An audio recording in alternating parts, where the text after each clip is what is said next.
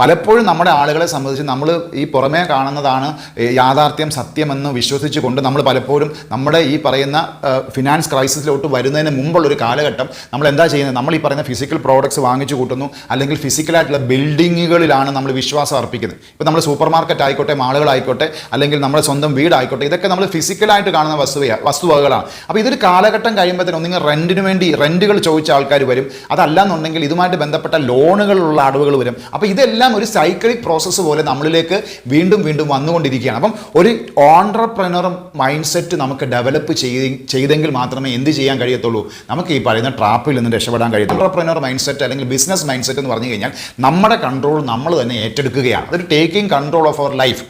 അതായത് നമ്മൾ നമ്മുടെ മനസ്സിൻ്റെ നിയന്ത്രണം ഏറ്റെടുത്ത ശേഷം നമ്മൾ അത് വർക്കൗട്ട് ചെയ്യുമ്പോൾ, അതിന്മേൽ നമ്മൾ കുറച്ച് പ്രവർത്തനങ്ങൾ ചെയ്യുമ്പോഴാണ് നമുക്ക് പുതിയ പുതിയ ആശയങ്ങളിലേക്ക് നമ്മൾ എത്തിച്ചേരുന്നത്. അപ്പം ഓൾറെഡി നമ്മളിൽ ഒരു കുരുക്ക് വന്ന് മൂടിക്കിടക്കുകയാണ്. അപ്പം ഇനി നമ്മൾ എന്താ ചെയ്യുന്നത്? ആ കുരുക്കിനെ വളരെ സാവധാനം മൈന്യൂട്ടായിട്ട് നമ്മൾ അഴിക്കാൻ പോവുകയാണ്. അപ്പം നമ്മൾ അഴിക്കുന്തോറും നമ്മുടെ കുരുക്ക് മുറുകുകയാണെങ്കിൽ അത് നമ്മൾ ബുദ്ധിമുട്ട്. അപ്പോൾ അതുകൊണ്ട് തന്നെ വളരെ കെയറോടുകൂടി, വളരെ കൃത്യമായിട്ട് പ്ലാനിങ്ങോടുകൂടി, കൃത്യമായിട്ട് കാര്യങ്ങളെ മനസ്സിലാക്കിക്കൊണ്ട് എന്താണ് വേണ്ടത്? അതായത് ഒരു മുഴം മുന്നേ ചിന്തിക്കാത്തതിൻ്റെ ഫലമാണ് നമുക്കിപ്പോൾ ഈ പറഞ്ഞ ബുദ്ധിമുട്ട് വന്നിരിക്കുന്നത്. ഇനിയിപ്പോൾ അത് പറഞ്ഞിട്ട് കാര്യമില്ല. ഇനി എന്താ ചെയ്യാൻ പറ്റുന്നത്? ഇനിയും ചെയ്യാൻ പറ്റുന്നൊരു കാര്യം, ഇനിയുള്ള മുന്നോട്ടുള്ള പോക്കിനെ നമുക്ക് എത്ര കാര്യം ബെറ്റർ ആക്കാൻ കഴിയും,